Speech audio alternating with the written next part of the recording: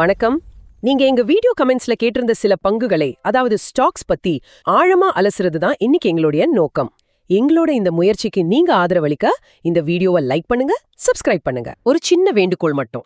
கமெண்ட்ஸ்ல வர எல்லா பங்குகளுக்கும் எங்களால உடனடியா வீடியோ செய்ய முடியறதில்ல. ஆமா, அது ஒரு நடைமுறை சிக்கல். அதனால உங்களுடைய பங்கு சம்பந்தமான சந்தேகங்களுக்கு உடனடி பதில்கள் கிடைக்கணும்னா எங்களுடைய இலவச டெலிகிராம் சேனல்ல சேருங்க. அதோட லிங்க் கீழே டிஸ்கிரிப்ஷன்ல இருக்கு.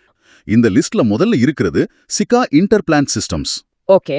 இது ஒரு டிஃபென்ஸ் மற்றும் ஏரோஸ்பேஸ் துறை சார்ந்த ஒரு சின்ன நிறுவனம். இதோட மார்க்கெட் கேப் சுமார் ஒரு 1900 கோடியிலிருந்து 2100 கோடி வரை இருக்கும். ஒரு ஸ்மால் கேப் தான். ஆனா இவங்களோட விற்பனை வளர்ச்சி மிக அருமையா இருக்கு. போன வருடத்தோட ஒப்பிடும் பொழுது சுமார் 55% அதிகரிச்சிருக்கு. 55%? ரொம்ப நல்ல வளர்ச்சி. ஆனா இங்கதான் ஒரு முக்கியமான விஷயத்த கவனிக்கணும். இதோட PE ரேஷியோ 60ல இருந்து 78 வரைக்கும் இருக்கு. ஒரு நிமிஷம், 78? அது வேல்யூவேஷன் ரொம்பவே பிரீமியமா இருக்குன்னு அர்த்தம் இல்லையா?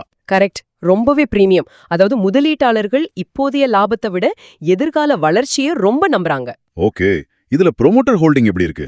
அது ரொம்ப வலுவா இருக்கு. சுமார் 71.72%. இது ஒரு பெரிய பிளஸ் பாயிண்ட்.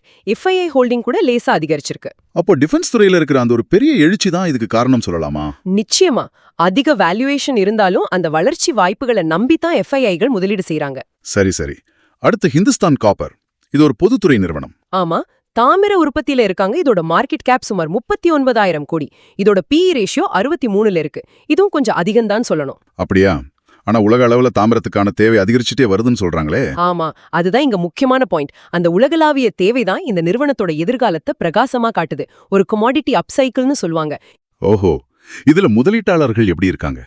இதுல ரொம்ப முக்கியமா FII ஹோல்டிங் கணிசமா அதிகரிச்சிருக்கு. சுமார் 5% வரைக்கும் வந்திருக்கு. 2025ல மட்டும் இந்த பங்கு சுமார் 49% உயர்ந்திருக்குன்னு பார்த்தேன். ஆமா, இது அந்த கமோடிட்டி அப்சைக்கிள்கான ஒரு தெளிவான அறிகுறி. உலக சந்தையில ஒரு பொருளோட தேவை அதிகரிக்கும் போது அந்த துறையில் இருக்கிற நிறுவன பங்குகளில் முதலீட்டாளர்கள் ஆர்வம் காட்டுவது ரொம்ப இயல்பு. சரி, இந்த வரிசையில அடுத்ததா CIE ஆட்டோமொபைல் இந்தியா. இது ஒரு ஆட்டோமொபைல் உதிரிப்பாகங்கள் தயாரிக்கும் நிறுவனம். ஆமா, இதோட மார்க்கெட் கேப் சுமார் 15,000 கோடி ரூபாய். சமீபத்திய காலாண்டுகளில் விற்பனை சுமார் 10% உயர்ந்திருக்கு. இதோட வேல்யூவேஷன் எப்படி இருக்கு? அதோட PE ரேஷியோ 18-20ல இருக்கு. இது காயா கவர்ச்சிகரமான வேல்யூவேஷன்னே சொல்லலாம். ப்ரொமோட்டர் ஹோல்டிங் 65.70% இருக்கு. ஆனா இதுல நான் கவனிச்சது DII ஹோல்டிங். நம்ம உள்நாட்டு மியூச்சுவல் ஃபண்ட்ஸ் போன்ற நிறுவனங்களோட பங்கு சுமார் 21.5% இருக்கு. இது ரொம்ப அதிகம் இல்லையா? ரொம்ப அதிகம். ஆட்டோமொபைல் துறையில ஒரு நல்ல சுழற்சி வரும்போது இது போன்ற உதிரிப்பாகங்கள் தயாரிக்கும் நிறுவனங்கள் நல்ல பலனடையும். அதிக DII ஹோல்டிங் இந்த நிறுவனத்தின் மீது உள்நாட்டு முதலீட்டாளர்களுக்கு எவ்வளவு நம்பிக்கை இருக்குன்றதை காட்டுது. சரி, இப்போ சில பெரிய மற்றும் நிலையான நிறுவனங்களை பார்க்கலாம். முதல்ல பால்கிருஷ்ணா இண்டஸ்ட்ரீஸ். இது ஒரு பெரிய ஆஃப் ஹைவே டயர் தயாரிப்பாளர் இல்லையா? ஆமா, இது ஒரு லார்ஜ் கேப் நிறுவனம். மார்க்கெட் கேப் சுமார் 48,000 கோடி ரூபாய். இவங்களோட செயல்பாடு மிகவும் நிலையானது. இதுல மிக முக்கியமானது இன்ஸ்டிடியூஷனல் ஹோல்டிங் தான். FIIகள் கிட்ட 11.28ம் DIIகள் கிட்ட 23.95ம் இருக்கு. ஓ, DII ஹோல்டிங் இவ்வளவு அதிகமா இருக்கிறது இது ஒரு நீண்டகால முதலீட்டுக்கு ஏற்ற பங்குன்னு காட்டுதா?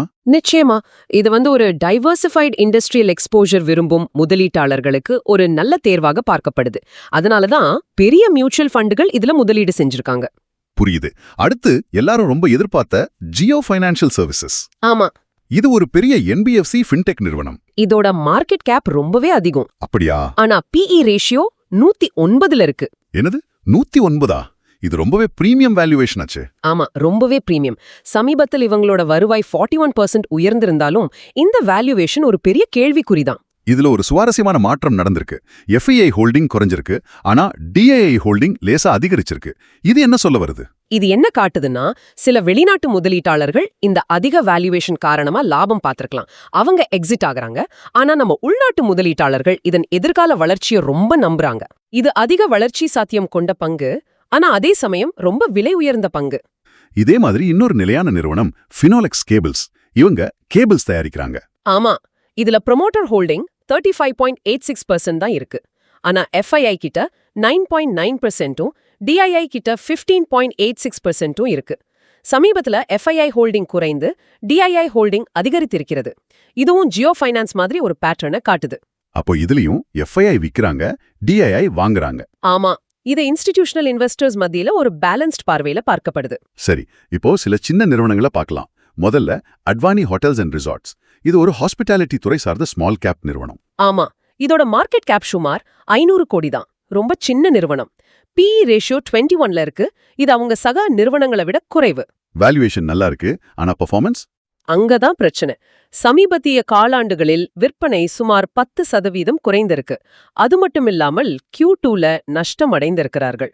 அப்போ இதுல இன்ஸ்டிடியூஷனல் இன்ட்ரெஸ்ட் எப்படி இருக்கு? மிக மிக குறைவாக இருக்கு.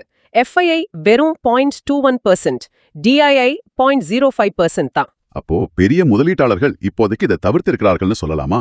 ஆமா, சுற்றுலாத்துறையில் நிச்சயமற்ற தன்மை நிலவுவதால் இதுல அதிக ரிஸ்க் எடுக்க தயாராக இருக்கும் முதலீட்டாளர்கள் மட்டும் கவனிக்கலாம். சரி, அடுத்ததா ஜவுளித்துறையைச் சேர்ந்த நிதின் ஸ்பின்னர்ஸ். இதுவும் ஒரு ஸ்மால் கேப். மார்க்கெட் கேப் சுமார் 1800 கோடி ரூபாய். இதோட PE ரேஷியோ வெறும் 11 தான். 11? இது ரொம்பவே கவர்ச்சிகரமான வேல்யூவேஷன் ஆச்சே. ஆமா, ப்ரொமோட்டர் ஹோல்டிங் 56.62% ஆகவும் DII ஹோல்டிங் 15.69% ஆகவும் ரொம்ப வலுவாக இருக்கு. வேல்யூவேஷன் நல்லா இருக்கு, DII ஹோல்டிங் அதிகமா இருக்கு.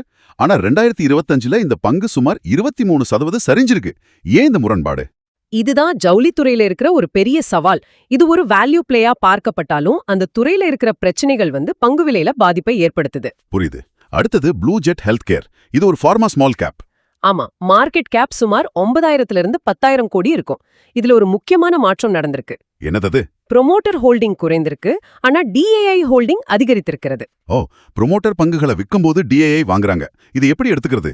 நிறுவனம் நல்ல லாபம் ஈட்டினாலும் ப்ரொமோட்டர் ஏன் விற்கிறாருன்னு நாம பார்க்கணும். அதே சமயம் DII வாங்குவது நிறுவனத்தின் மீது நம்பிக்கை இருப்பதை காட்டுது. இதை தொடர்ந்து கண்காணிக்க வேண்டிய ஒரு பங்கு இது. சரி, கடைசியா ஒரு பங்கு. இதுல கொஞ்சம் கவனமா இருக்கணும்னு நினைக்கிறேன். Fusion micro finance. ஆமா, இது ஒரு மைக்ரோ ஃபைனான்ஸ் நிறுவனம். இந்த நிறுவனத்திற்கு சமீபத்துல சில பிரச்சனைகள் இருக்கு. அப்படியா? என்ன மாதிரி பிரச்சனைகள்? சமீபத்திய காலாண்டுகள்ல நஷ்டம் அடைந்திருக்கிறாங்க. அவங்களோட வட்டி செலவுகள் ரொம்ப அதிகமா இருக்கு. இது லாபத்தை ரொம்ப பாதிக்குது. சரி, இதுல முதலீட்டாளர்கள் என்ன செஞ்சிருக்காங்க? FII ஹோல்டிங் அதிகரித்திருந்தாலும் DII ஹோல்டிங் கணிசமாக குறைந்திருக்கு. DIIகள் வெளியேறாங்களா? ஆமா, ப்ரொமோட்டர் ஹோல்டிங்கும் லேசா குறைஞ்சிருக்கு. இது ஒரு எச்சரிக்கை மணி மாதிரி.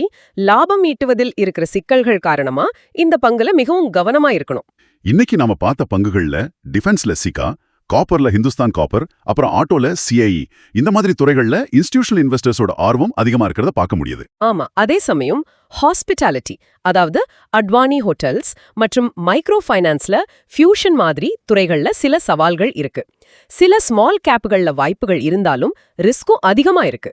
இந்த ஆய்வு உங்களுக்கு பயனுள்ளதாக இருந்திருக்கும் நம்புறோம். அடுத்து நாங்க எந்த பங்கு ஆய்வு செய்யணும் நீங்க நினைக்கிறீங்களோ அதை மறக்காம கமெண்ட்ஸ்ல சொல்லுங்க. ஒரு முக்கியமான விஷயம், இந்த உரையாடல் முழுக்க முழுக்க கல்வி நோக்கத்திற்காக மட்டுமே. எந்த ஒரு முதலீட்டு முடிவையும் எடுப்பதற்கு முன் உங்களுடைய ஃபைனான்ஷியல் அட்வைசரை கலந்தாலோசிப்பது மிகவும் அவசியம். ஆமா, இந்த ஆய்வை பற்றி உங்களுடைய கருத்துக்களையும் பகிர்ந்து கொள்ளுங்கள். எங்களுடன் இணைந்திருந்ததற்கு மிக்க நன்றி.